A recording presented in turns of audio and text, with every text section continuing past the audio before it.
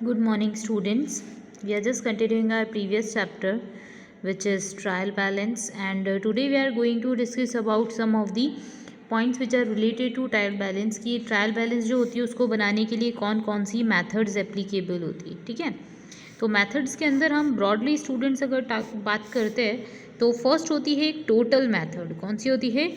Total method, ठीक है। Next would be your balanced method, means balance करते हैं उसके अकॉर्डिंग एक मैथड होती है। And third one is total and balance method, ठीक है।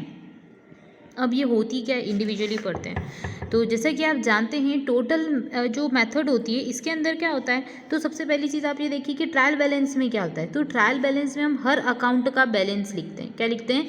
अकाउंट का बैलेंस। मतलब जो जो लेजर बना है, जैसे मान लो परचेज बना है तो परचेज लिख दो, सेल्स बनाया तो सेल्स की इन्फॉर्मेशन लिख दो, सैलरी बनाई तो सैलरी की इन्फॉर्मेशन लिख दो, ठीक है। तो जब अपन टोटल लिख देते हैं, total of debit side as well as total of credit side, हर साइड की टोटल लिखते हैं, ठीक है। बैलेंस फिगर नहीं लिखते हैं, टोटलिंग लिखते हैं। Total of debit side of that particular account, total of debit side of that particular account as well as total of credit side of that particular account would be recorded, ठीक है। जैसे मान लो आप sales account की बात करो, किसकी बात करो? सेल्स अकाउंट की। तो सेल्स अकाउंट के अंदर मान लो कि यहाँ पे क्रेडिट साइड की टोटल आई है 5 लाख रुपीज़। कितने रुपये आ गई? 5 लाख रुपीज़ की, ठीक है। और क्रेडिट साइड की टोटल आई 5 लाख रुपीज़ की, और यहाँ पे जो डेबिट साइड है ना उसकी टोटल हमारी आ गई है, जस्ट अज्यूम 2 लाख समझ लेते हैं अपन, 2 लाख रुपीज़ की। कितनी आ गई है? 2 लाख रुपीज़ की, ठीक है। क्रेडिट की टोटल आई 5 लाख, डेबिट की टोटल आ गई 2 लाख रुपीज़, ठीक है। अपन एक बेटर एक एग्जांपल अपन ले लेते हैं, चलो ठीक है। अपन इसी को कंटिन्यू कर लेते हैं। सेल्स अकाउंट भी आपको मैं बता ही देती हूँ, कोई दिक्कत नहीं, आप समझ ही जाएंगे। आपको पता है sales would always have credit balance, है ना। क्रेडिट में उसका बैलेंस आता है, मतलब बैलेंसिंग फिगर अपन को लिखना पड़ता है, ठीक है। तो सेम चीज़ है कि हमने टोटल देखा कि भैया क्रेडिट साइड की total I 5 lakh rupees, just assume, और 2 लाख रुपीज़ है हमारी डेबिट साइड की टोटल, ठीक है। तो ये जो भी हमारी टोटल आई तो अपन इस टोटल को डायरेक्ट लिख लेंगे, अपन बैलेंसिंग फिगर लिखने ही नहीं वाले। जैसे देखा जाए तो यहाँ पे बैलेंसिंग फिगर कितना आने वाला है? 3 लाख रुपीज़। कितना आने वाला है? 3 लाख रुपीज़। हम यही करते थे, टोटल कर देते थे फिर बैलेंसिंग फिगर लिख देते थे। तो वैसे अपन क्या करें, टोटल मेथड के अंदर total of both sides would be recorded of particular account. एक पर्टिकुलर अकाउंट की जो भी टोटल होती है वो अपन लिख देते हैं, तो उसको बोलते हैं टोटल मेथड। अब बैलेंसिंग मेथड में कुछ नहीं है, हम यही वाली मेथड फॉलो करने वाले हैं। तो we are going to write the balance of that particular account. जैसे यहाँ पे टोटल बैलेंस कितना आया, तो 3 लाख रुपीज़ का, मतलब डेबिट की टोटल 2 लाख, क्रेडिट की 5 लाख, अल्टीमेटली बैलेंस आया 3 लाख, तो हम वो बैलेंसिंग अमाउंट लिखते हैं। तो whenever we are going to write the balance of that particular account, ठीक है, अगर जो भी हमने पर्टिकुलर अकाउंट बनाया उसका अगर अपन बैलेंस लिखने वाले तो अपन उसको कौन सी मेथड बोलते हैं? बैलेंसिंग मेथड, ठीक है। मतलब यहाँ पे अब क्या होता है, और थर्ड नंबर पे अगर अपन बात कर सकते हैं तो थर्ड नंबर पे जो मेथड होगी उसके अंदर अपन क्या कर देंगे, टोटल एंड बैलेंसिंग मेथड। मतलब यहाँ पे टोटल भी लिखो, मतलब इन दोनों का समेशन, टोटल भी लिख दो प्लस बैलेंस भी लिख दो। क्या लिख दो? टोटल भी लिख दो प्लस बैलेंस भी लिख दो, ठीक है। ये आप कुछ मेथड्स है जो अपन फॉलो करते हैं, बट जनरली अपन कौन सी मेथड फॉलो करने वाले हैं? Balancing method. इसके अंदर अपन क्या करेंगे? बैलेंस लिखने वाले हैं हर पर्टिकुलर अकाउंट से रिलेटेड। ये चीज़ तो आप लोग समझ गए। अब आपको जो दूसरी ध्यान रखने वाली इंपॉर्टेंट बात वो है, जो है वो ये है कि अगर कभी मान लो जस्ट अज्यूम हमारा ट्रायल बैलेंस मैच नहीं कर रहा, हमारा ट्रायल बैलेंस जो है वो मैच नहीं कर रहा, यानी कि आपको मैंने बताया था एक लिखेंगे अपन पर्टिकुलर, यहाँ पे लिख दो डेबिट का अमाउंट, यहाँ पे लिख दो क्रेडिट का अकाउंट। अपन ड्यूअल एस्पेक्ट फॉलो करते हैं, तो डेबिट की टोटल और क्रेडिट की टोटल क्या आनी चाहिए? इक्वल आनी चाहिए। मान लो डेबिट में आए 5 लाख रुपीज़, कितने लोग आ गए? 5 लाख रुपीज़। तो क्रेडिट में भी कितने होने चाहिए? 5 लाख रुपीज़। मतलब कि दो बेसिकली बोलने का क्रक्स ये है कि डेबिट साइड जो होती है वो किसके इक्वल होने वाला है? डेबिट का अमाउंट किसके इक्वल होने वाला है? क्रेडिट के अमाउंट का। But if it's not equal then what should we do, ठीक है। तो अपन को समझ में आता है कि अच्छा यहाँ पे कुछ ना कुछ तो एरर हुआ होगा। क्या हुआ होगा?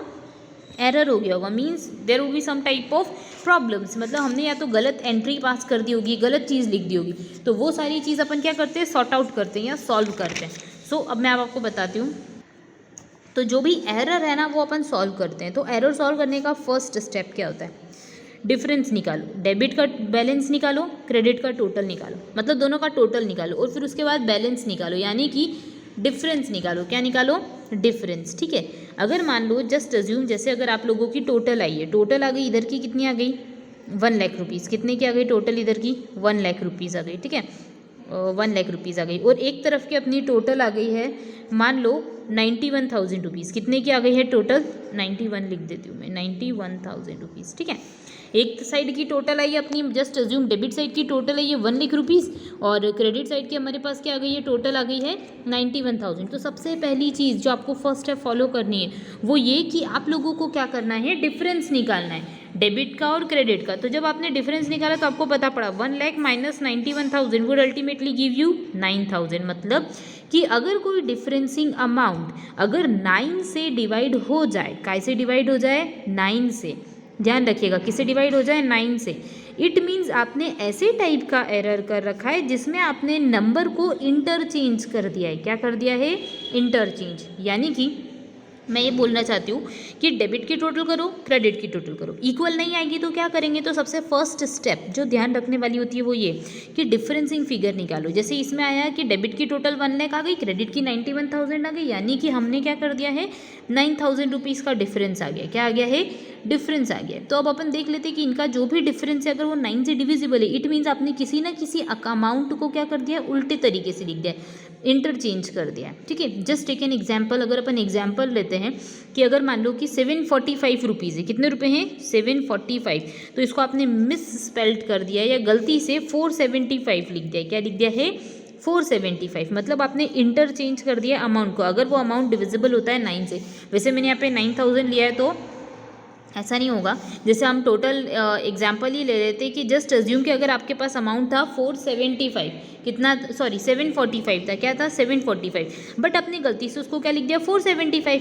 तो अब इनका डिफरेंस निकालो, 745 और 475, इनका डिफरेंस आता है 270। कितना आता है, 270। क्या 279 से डिविडेबल है, यस। इट मीन्स कि आपने गलती से क्या कर दिया होगा, कुछ गलत डिजिट को ट्रांसफर कर दिया होगा। तो ये एक सिंपल तरीका होता है जो अपन कैलकुलेट करते हैं। अगर मान लो इससे अपन देख लेंगे फिर कि सर चलो कौन से लेजर का बैलेंस कितना आ रहा है, कहीं अपन ने गलत तो नहीं लिख दिया। जैसे 1 2 3 को अपन ने 3 2 1 लिख दिया, जस्ट अज्यूम 3 2 1 लिख दिया, तो आपको समझ में आ जाएगा कि अच्छा हमने तो क्या कर दिया, गलत अमाउंट लिख दिया है, मतलब उल्टा लिख दिया, बोलते टाइम कुछ और लिखते टाइम कुछ और लिख दिया। तो अगर ये डिफरेंसिंग फिगर जो भी होता है वो अगर 9 से डिवाइड होता है तो इट मीन्स अपन समझ सकते हैं कि इस टाइप का एरर होगा जिसको अपन ने प्लेस चेंज कर दी है डिजिट्स की। नेक्स्ट अपन बात कर सकते हैं कि अगर ऐसा इसमें अगर प्रॉब्लम सॉल्व हो जाती है कि हाँ चलो ठीक है कोई गलती है तो ठीक है, वरना अपन सेकंड स्टेज पे पहुँचते हैं। सेकंड स्टेज में क्या होता है, we have to check the schedules of debtors as well as creditors. जो भी आपने डेटर्स के अकाउंट बना रखे हैं, जो भी आपने क्रेडिटर्स के अकाउंट बना रहे हैं, उनका शेड्यूल चेक करो। Schedule as I earlier told you कि शेड्यूल क्या होता है, तो शेड्यूल मीन्स होता है जैसे मान लो डेटर की बात करें तो अपने पास ए नाम का पर्सन है डेटर है, बी नाम का पर्सन डेटर है, सी नाम का पर्सन डेटर, मतलब बहुत सारे हैं। तो अपन ने उन सबको ग्रुप कर दिया, ग्रुप करके क्या नाम दे दिया, सन्ड्री डेटर्स। तो उनका बैलेंस चेक करो और उनको चेक करो कि अच्छा हमने कहीं ना कहीं इधर टोटलिंग में तो नहीं मिस्टेक कर दी। फिर क्रेडिटर का चेक कर लो तो कि क्रेडिटर की कहीं टोटलिंग में तो मिस्टेक नहीं कर दी, कहीं ऐसे टाइप की भी मिस्टेक होती आती। फिर अगर तब भी रेक्टर एरर जो है वो रेक्टिफाई नहीं होता है, then we have to check the casting. फिर अपन क्या करते हैं, चेक करते हैं कास्टिंग को। कास्टिंग को यानी कि होता है टोटलिंग को। हम किसको चेक करते हैं, जो भी हमने कैरी फॉरवर्ड करा है अमाउंट, ठीक है, जो भी कैरी फॉरवर्ड करा है अमाउंट, ये तो सब्सिडरी बुक में या किसी चीज़ में, तो उसको क्या करना चाहिए, हमको चेक करना चाहिए। उसके बाद हमको डिफ्रेंसिएशन निकालना चाहिए कि हमने कहीं कोई सा डिफ्रेंसिएशन तो नहीं हो गया। एक चीज़ याद रखिएगा कि जो एरर ऑफ ओमिशन अगर कोई सा हो गया है तो वो कभी भी ट्रायल बैलेंस में पकड़ में नहीं आएगा। अगर मान लो एरर ऑफ प्रिंसिपल हो गया है तो वो कभी भी ट्रायल बैलेंस से पकड़ नहीं आएगा। Means there are some type of error which doesn't affect the trial balance. ठीक है, बहुत सारे होते हैं एरर जो ट्रायल बैलेंस को अफेक्ट नहीं करते, जैसे ओमिशन हो गया, कॉम्पनसेटरी एरर हो गया जिसका इफेक्ट नलीफाइड हो जाता है। ठीक है, तो ऐसे एरर्स हमको पता नहीं पड़ेंगे, बट कोई सा दूसरा एरर है तो हमको पता पड़ जाता है जो ट्रायल बैलेंस के अकाउंट, जैसे अपन ने शेड्यूल सही नहीं बनाया डेटर का क्रेडिटर का तो मिस्टेक्स हो सकती है। सब्सिडरी बुक में अपन ने टोटल नहीं कर पाए प्रॉपर तरीके से, पेजेस को कैरी फॉरवर्ड करने में मिस्टेक हो गई, तो ऐसी टाइप का एरर अपन रेक्टिफाई कर सकते हैं।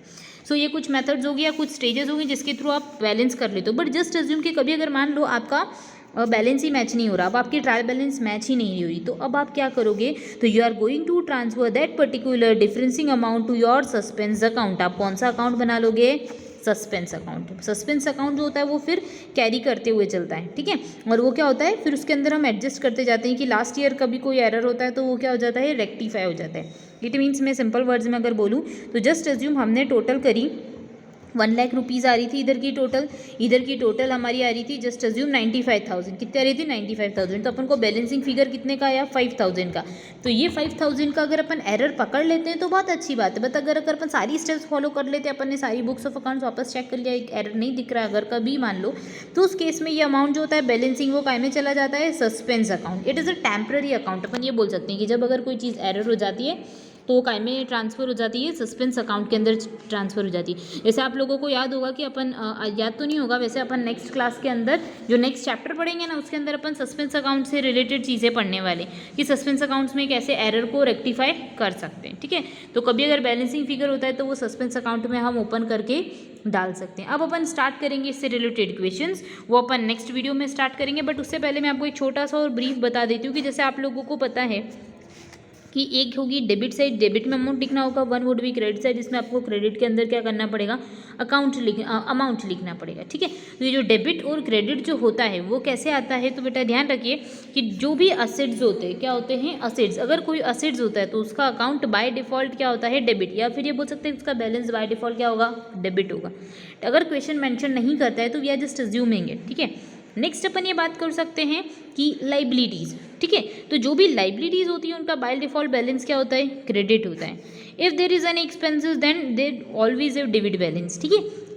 एक्सपेंसेस का डेबिट बैलेंस होता है। या फिर अपन बात कर सकते हैं जो भी इनकम से रिलेटेड चीज़ें होती है, जो भी प्रॉफिट से रिलेटेड चीज़ें होती है, तो उनका बैलेंस क्या होता है, क्रेडिट होता है। तो ऐसे आप लोग ने काफ़ी अकाउंट्स बनाए हैं तो आप लोग ये चीज़ समझ जाएंगे, बट आप ध्यान रखिएगा ये चीज़ कि किस चीज़ का बैलेंस डेबिट होता है। अगर क्वेश्चन मेंशन करता है तो कोई दिक्कत नहीं है। जैसे अगर क्वेश्चन ने बोला है कि कैश, और कैश के बाद ब्रैकेट में बोल दिया है क्रेडिट, इट मीन्स हमको अज्यूम करना है कि ये ओवरड्राफ्ट है, यानी कि कैश का क्रेडिट बैलेंस है, तो अपन लिख देंगे। बट अगर क्वेश्चन ने कुछ नहीं बोला, सिर्फ बोल दिया क्या, कैश बोल दिया, तो we are just assuming it कि बाय डिफॉल्ट इसका बैलेंस क्या होगा, डेबिट ही होगा, ठीक है। जैसे अगर क्वेश्चन ने बोला है आउटस्टैंडिंग लाइबिलिटी, तो आपको पता है आउटस्टैंडिंग है मतलब हमको फ्यूचर में पे करना है, हमारी ऑब्लिगेशन है, तो वो हमारे लिए क्या बन जाएगी, लाइबिलिटी बन जाएगी। आउटस्टैंडिंग हमारे लिए क्या बन जाएगी, फ्यूचर में हमारी रिस्पॉन्सिबिलिटी हो जाएगी, ठीक है। तो लाइबिलिटी है, इट मीन्स इसका बाय डिफॉल्ट बैलेंस क्या होगा, क्रेडिट होगा, ये अपन अज्यूम कर सकते हैं, ठीक है।